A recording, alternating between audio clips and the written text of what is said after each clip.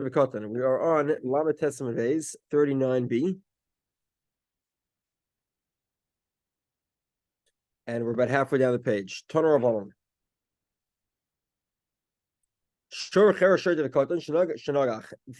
An ox belonging to the same story. The cheresh is a deaf mute who's also crazy. Shed to someone who's crazy, and a katan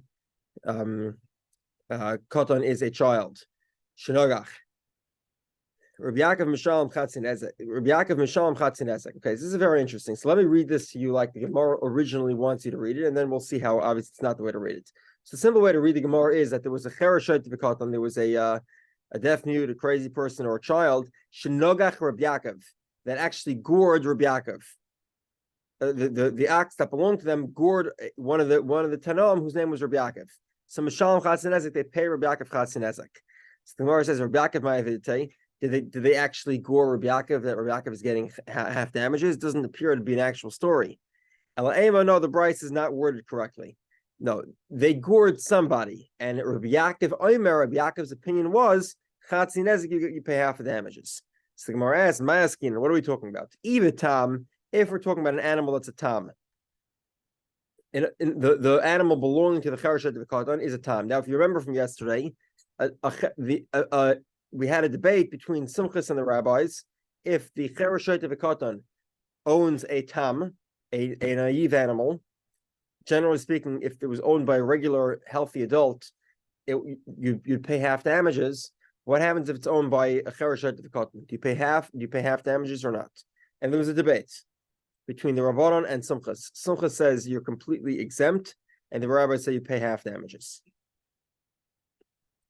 Even half damages, by the way, it's not so simple.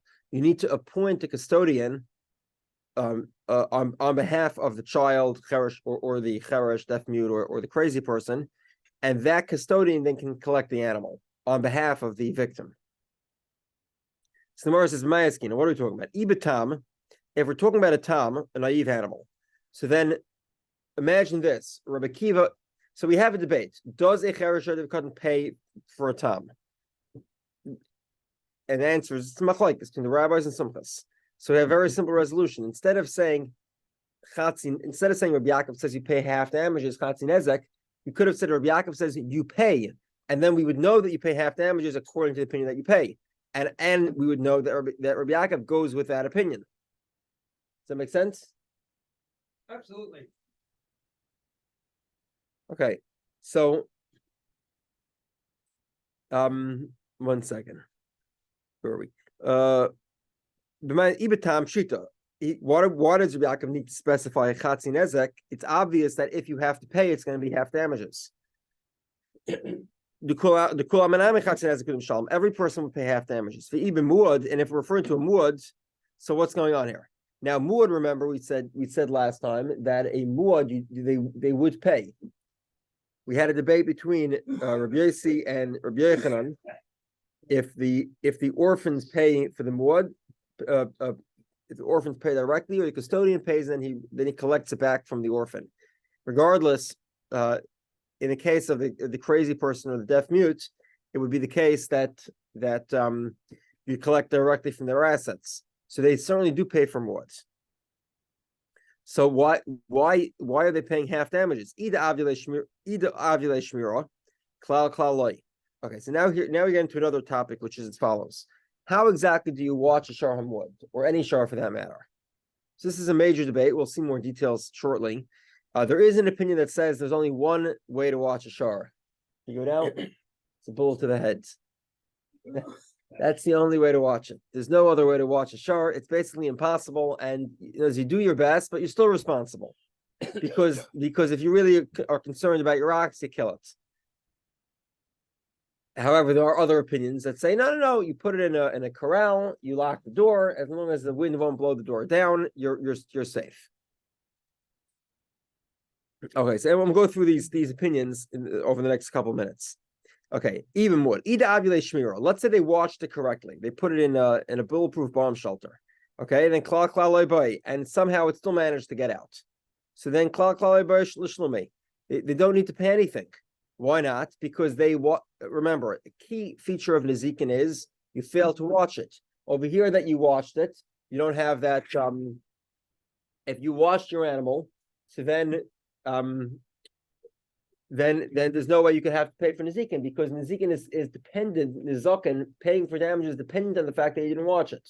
So if you watched it really well, you don't pay at all. Let's say you didn't watch it. You had it on a leash, you let go in the public area, and sure enough, the proverbial bull ran into the china shop. So you have to pay everything. So Rava says referring to a muad, and again, you pay half damages. Why do you pay half damages? And what are we referring to? Okay.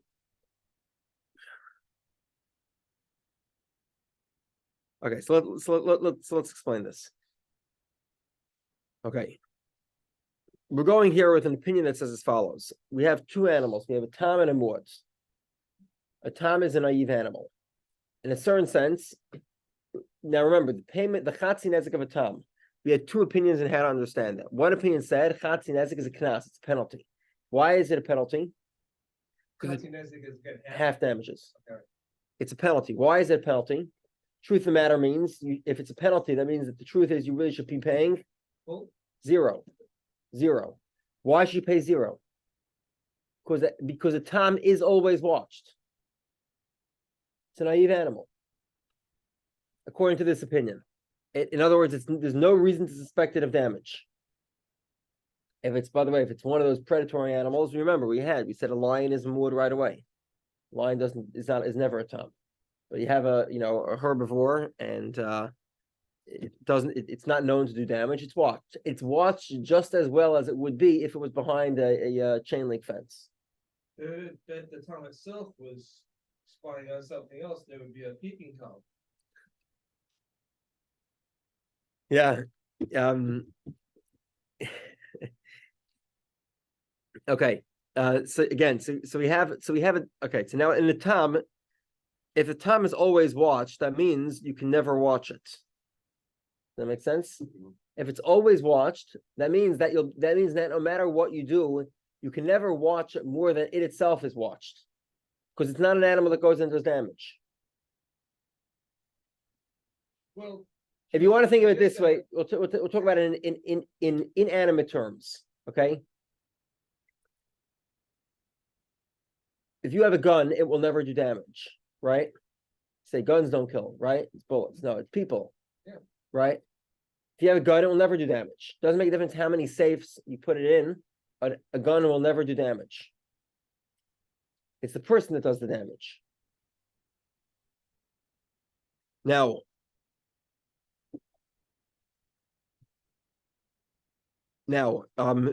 okay, so if you have a tam, there's no way you could watch the tam.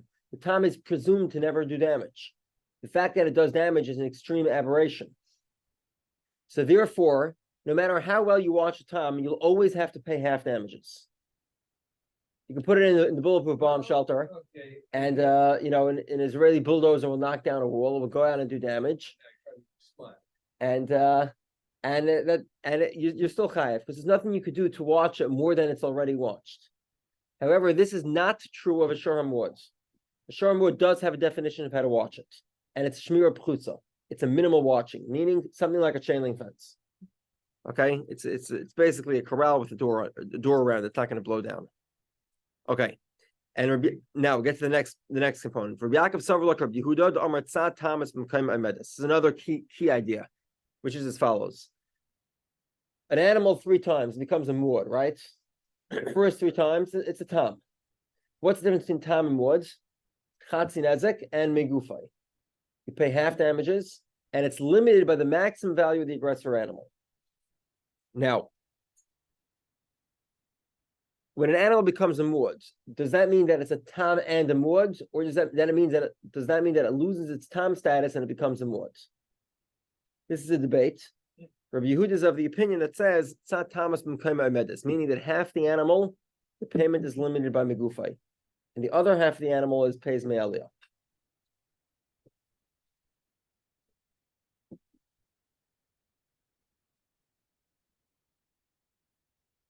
Okay. And he also holds like the rabbis that say that a tam pays megufay. So now let's put it all together. What's the scenario here? Rabbi Yaakov says you have an ox that gores. The ox is owned by a cherushet of a cotton, and it's a sharam wood. And how much do you pay? Half damages. Why do you pay half damages? Very simple. You put it in your bulletproof bomb shelter, and something happened, I'm not sure, and there was an earthquake, and the animal went out and did damage. Now, the animal's a muad. It's a muad animal. From the perspective of muad, you're exempt from damages because you washed it appropriately.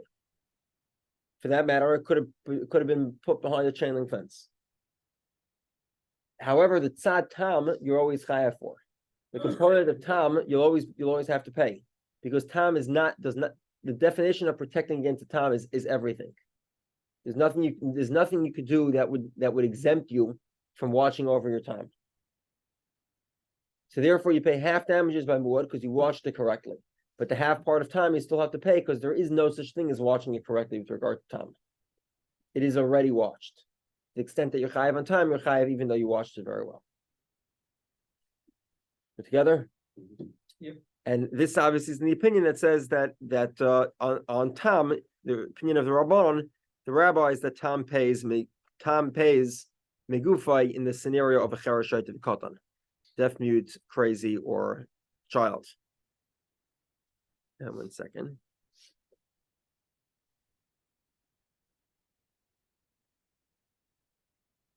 So now we're saying that Rav Yaakov holds like the opinion of Rabbi Yehudah, but not so fast.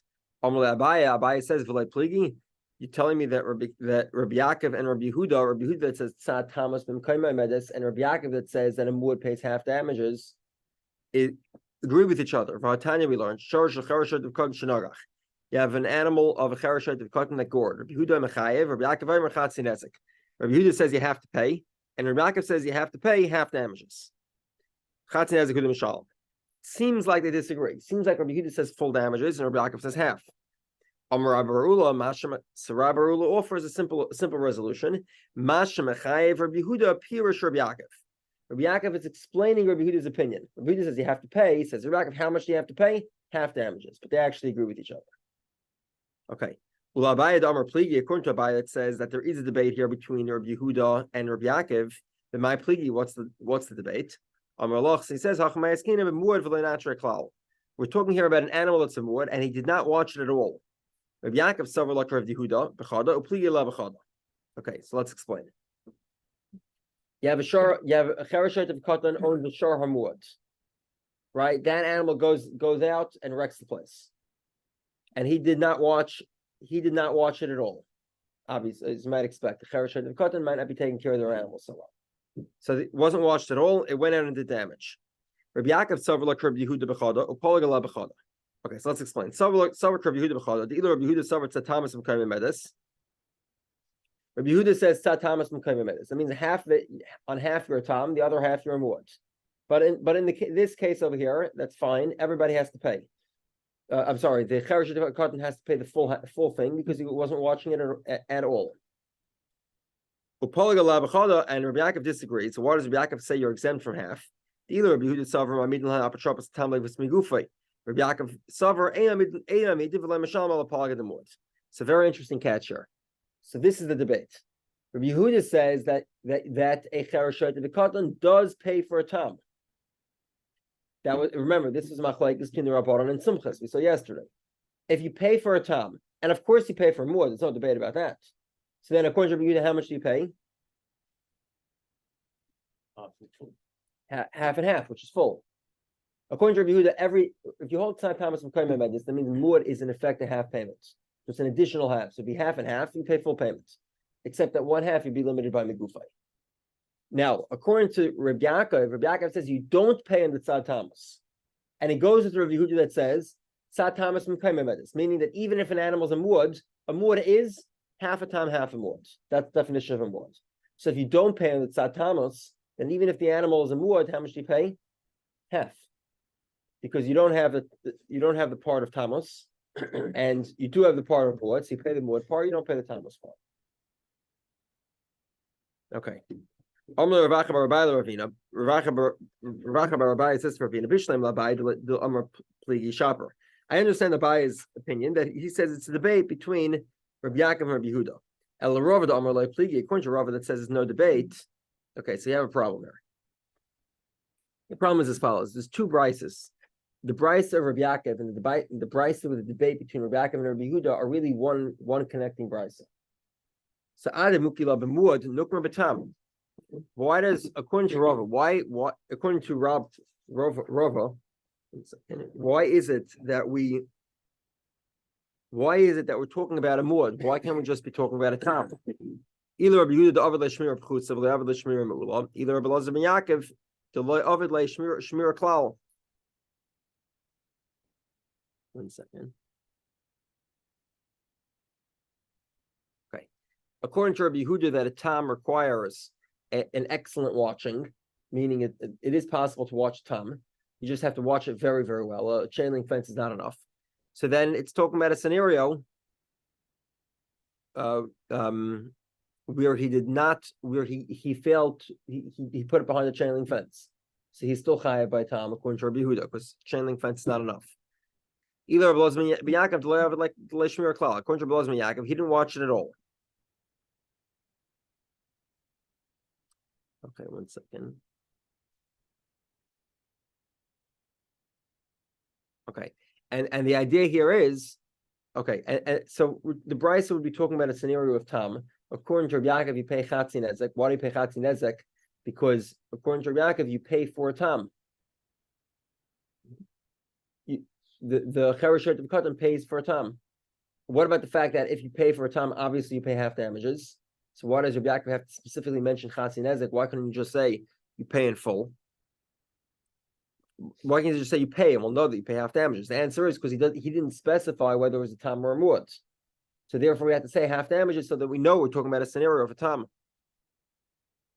The Tanya blows me Yaakov Aimer, Echad tam echad muad, Shomer Shmir Pchus Apturin.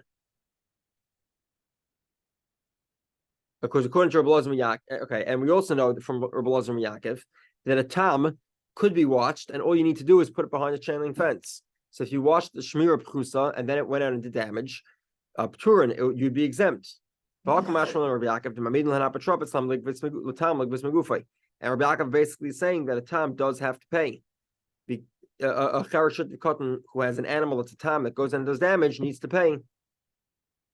So why do we have to go backwards, bending over backwards to accommodate a position?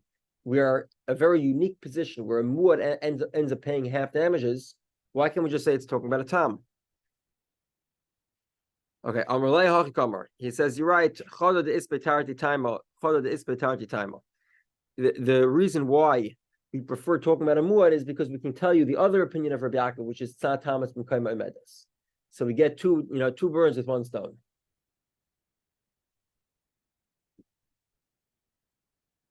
Okay, 1 second. Okay, fine. Ravina goes back to the debate between Rabbi Yehudah and Rabbi Yaakov, and he says this debate has nothing to do with tzad tamas b'mkayma emedes and how well you watched it. What's the debate? Rishus mishana ikabenayo. Whether change of domain changes the rules. Okay, what does this mean? Going to have a muad, the animal was a muad, and then when the cherish was able to hear again, the crazy person became normal, the higdal koton, and the child got older. So now, do we consider this a new domain or not? If it's a new domain, perhaps we should say that the animal is no longer no longer maintains its status as a muad. In other words, because it's a new person here, it's a child that now becomes an adult. So the adult is considered a new owner, and therefore the animal loses its status as a muad. Rabbi Yehudah says the animal stays the same. Rabbi Yaakov says that because the child got older, so the domain changes. It's considered an adult now, not a child, and therefore the animal goes back to its status as being a tam. Now, just to explain, like we mentioned yesterday, Why exactly does an animal become a muad? One of the opinions is specifically because the owner becomes a muad. It's the owner's negligence that causes the animal to be a muad. And if that's the case, this is pretty easy to understand. Why, if the domain changes, it's a different owner, well, then it's different, the guy might actually watch it. So that's why it could be the animal would no longer be considered a muad. Toner Rabbanon. We learned to the Brisa. Apotropos mishalman min ha'aliyah. An apotropos, the custodian, he pays min ha'aliyah. He pays full payment. The Amen Shalman Kaifer, but he does not pay Kaifer. Kaifer is when you have a Shor HaMuad that kills a person. You have to pay Kaifer. Kaifer is an amount that atones for the sort of extreme negligence to allow a wild animal to kill somebody. So he would pay for the damages, but he wouldn't pay for Kaifer. Montana, whose opinion is this? So the Gemara says Kufr Kapar. It's the opinion that says that Kaifer is not a monetary payment. Kaifer is a atonement payment. The Yasmin Labane Kapar and the orphans, which are children, are not old enough that they should be obligated to pay for an atonement. Rav Chizda explains, the opinion of Rabbi Shmuel, the son of Rabbi Yochanan ben Broika, he's the one that says that Kaifer is not a monetary payment, it's an atonement. If it was a monetary payment, then they would have to, then presumably the apotropos would have to pay. But because it is an atonement, the kids don't have to pay, therefore the custodian doesn't have to pay it either. Netanya we learned, V'nosan pidyon nafshay, he pays a redemption of his soul. Right? They call it an indulgence. Demei nizik. Okay, well, if he's the payment is going to be the value of the one who was damaged. Rabbi Shmuel ben Rabbi Yochanan ben Broika Amar Demei Mazik. Rabbi Shmuel, the son of Rabbi Yochanan ben Broika, says it's the value of the damager, which is very interesting, right? You kill somebody, and how much do you pay as an atonement? Your own value, not the value of the victim. Your own value. What's the debate here? Presumably it's as follows. The rabbis say that kaifer is a monetary payment. That's why it makes sense to pay for the victim, the value of the victim. It's a monetary payment. That would make a lot of sense. Rabbi Shmuel ben Rabbi Yochanan ben Broika tzavar kufar kapara. And Rabbi Shmuel, the son of Rabbi Yochanan ben Broika, says that kaifer is an atonement, and that's why it would make sense that the value of your atonement is dependent on yourself, the owner of the aggressor animal. So Amar Papa says not necessarily. The loy, not necessarily. It could be that everybody holds kaifer as an atonement. This is the debate.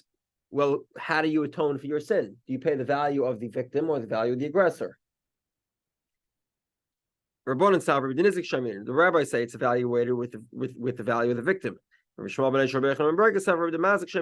value of the owner of the aggressor animal. My time Rabbanon. What's the opinion of the rabbis? The Gemara says Nemer Shisa Lamata and Nemer Shisa Lamala. The word Shisa Kasher Yushas Olav is used in conjunction with the payment of kaifer. It means to evaluate. It's also used with the payment of someone who strikes a pregnant woman, and clearly someone who strikes a pregnant woman pays the value of the woman.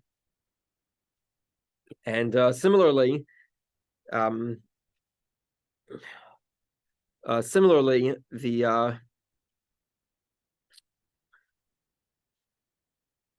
the payment of kaifer is also the payment of the victim. So malaham b'denizik, afka, the woman is the victim. Afkan b'denizik, the kaifer is paid by the value of the victim. Rabbi Shmuel ben Rabbi Yochanan ben Broika savar v'notzon pidyon nafshay. Rabbi Shmuel points out it says it's a redemption for his soul. Whose soul needs to be redeemed? The owner or the aggressor. If that's the case, then it should be his value. So Gemara says, Rabban and the rabbis say, in pidyon nafshay, it's true, it's his redemption. Miu kishaminan, but what's the amount of the redemption? But in Izik Shaminan, it's the value of the victim. Okay, we get into an interesting story here. So Rava was complimenting Rav Nachman, but Rav Achabar. So Rava was talking to Rav Nachman, and he said there's this big scholar. His name is Rav Achabar Yaakov, the Adam Godlu. He's a great man, and you should get to meet him. So what happened? Sure enough, Amalei says, when he's in town, I'd like to meet this great man. Have you to bring him to me?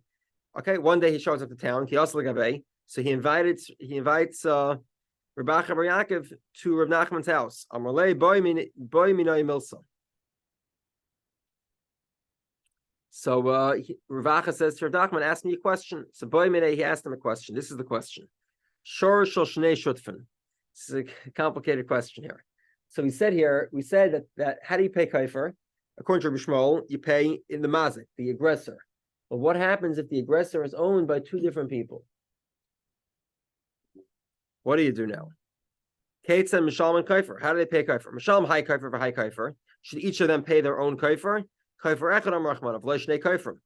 The Torah seems to imply that you only pay one kaifer, not two. So it can't be that they each pay a full kaifer.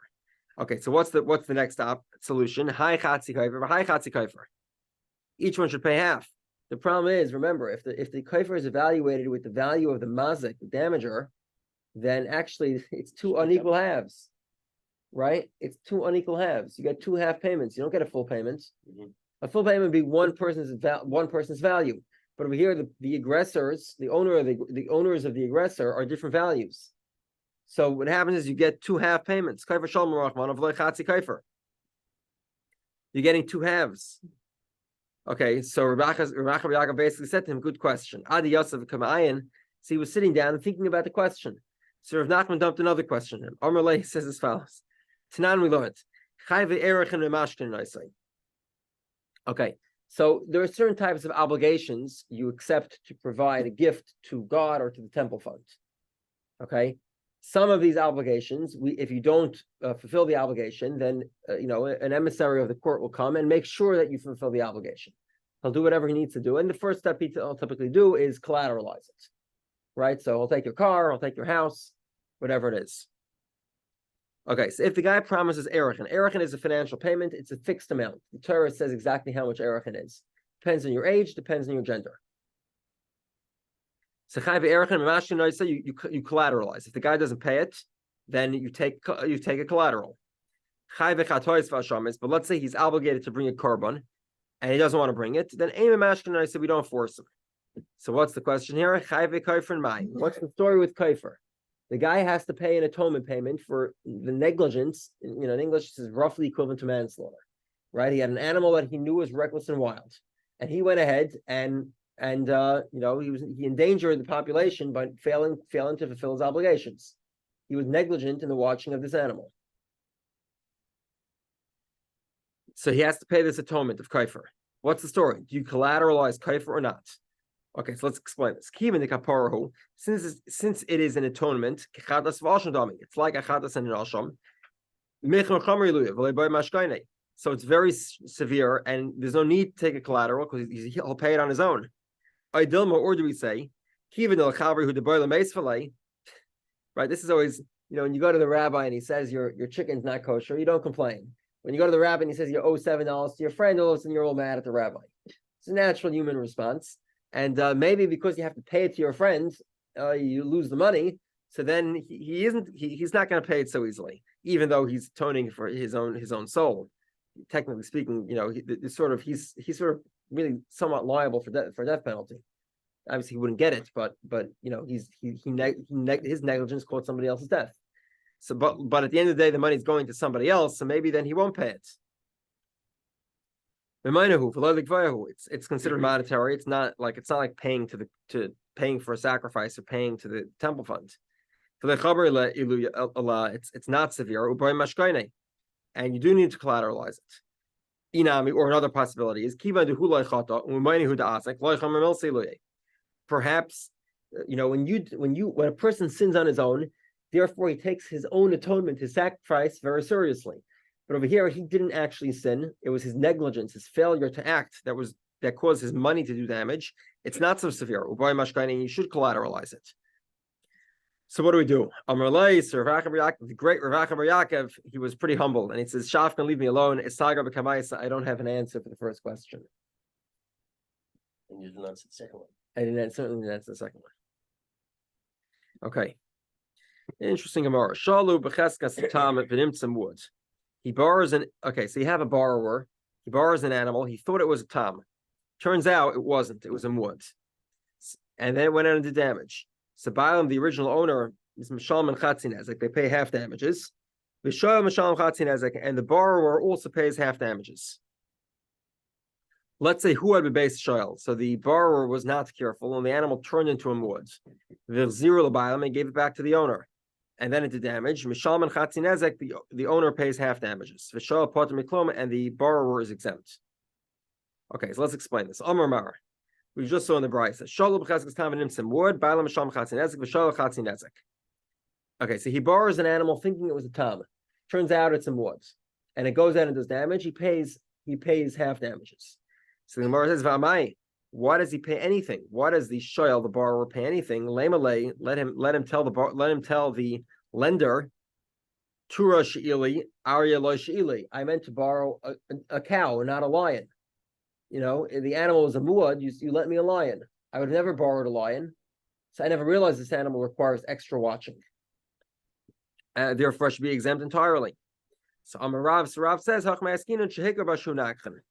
we're talking about a scenario where this animal was so wild that this Shur HaMuad was so wild, the guy was able to tell it's a wild animal. Even though he didn't know it was a muad, he knew this animal was going to gore. So he recognized that he had to actually, watch it well. But it was a toothless old lion. Would that have made it a tomcat? Very good, very good.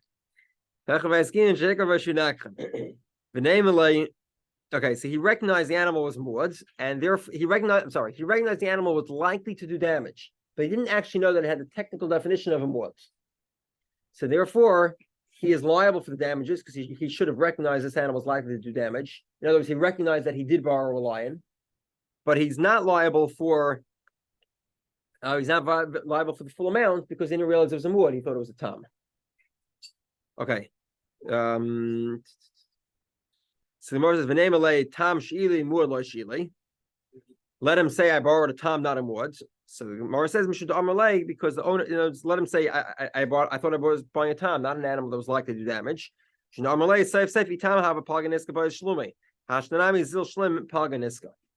words, okay, so you didn't realize it was a muad, fine, but you'd still have to watch it like a tam, and you knew this was a particularly violent tam because it was recognized. You can recognize that it was violent. So therefore, it's true that you don't have to. It's true that what time? Shach was 45 today, right? It's true that you're exempt from half damages, but you still have to from full damages because you didn't know it was a muad, but you still have to pay half. Okay. So the Gemara says,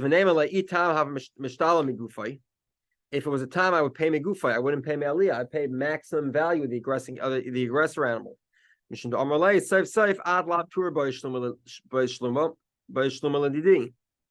second. Let me borrow yours for a second.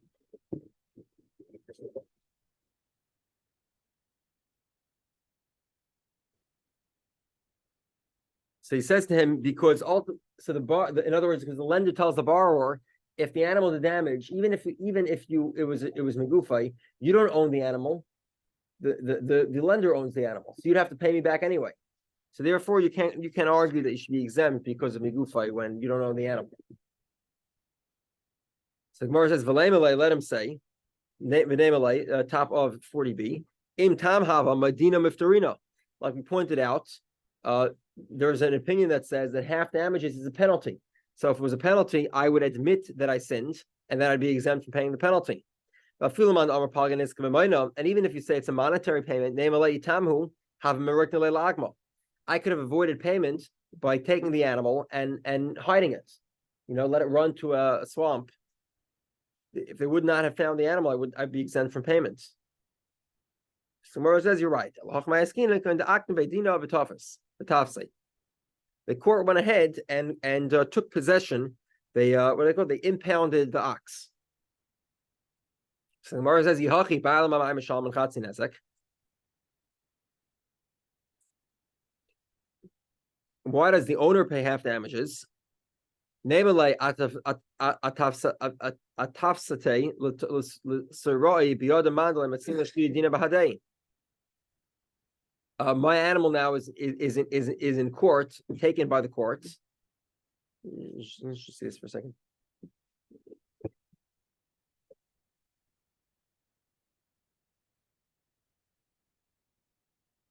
Yeah. Okay. In other words, because the court has possessed my animal, so now I can't even take it away from the court. So why should I have to pay anything? So Gemara says,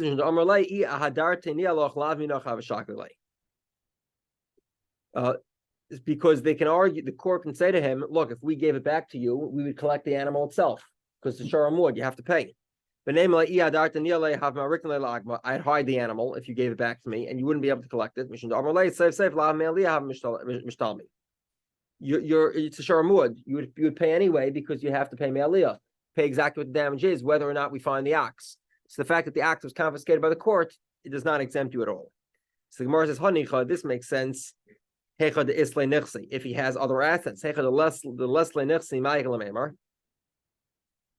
if the guy has no other money, then why can he say I would have avoided payment by hiding the animal? So Gemara says,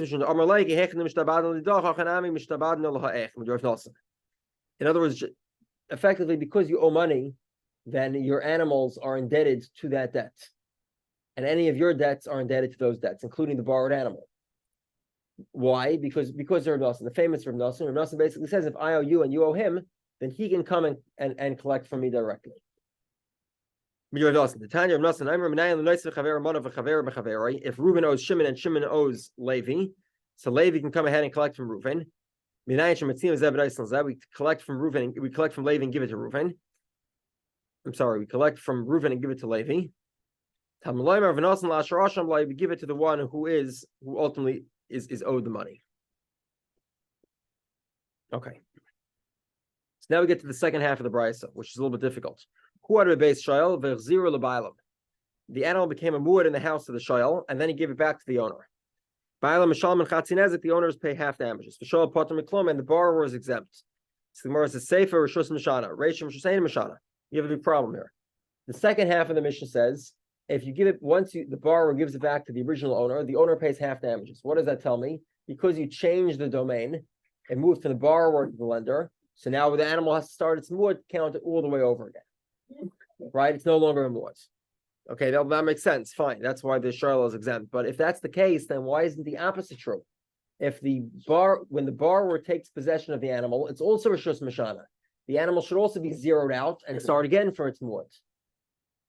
It seems to be a contradiction. Does a change in domain, a change of who possesses the animal, change the status of muad or not? So Rav Yochanan says, Tavra, you have to break the Mishnah. Misha Shana Zula Shana Zul. You're right. The two parts of the Mishnah disagree with each other. Rabba says, Mi Dereisha Rishus Eina Mishana, Seifanami Rishus Eina Mishana. Because the first half of the Mishnah because the second half is Rishus Eina Mishana, the domain does not change ownership. So too the first part of the Mishnah is going to have the same status. The Seifa Hainatayim Mishnah Amar Lei Lav Kol Kaminach Tamiyad Edas Lei L'Turoi. Okay, we'll have to review this again tomorrow. Okay, have a great day. Yeah.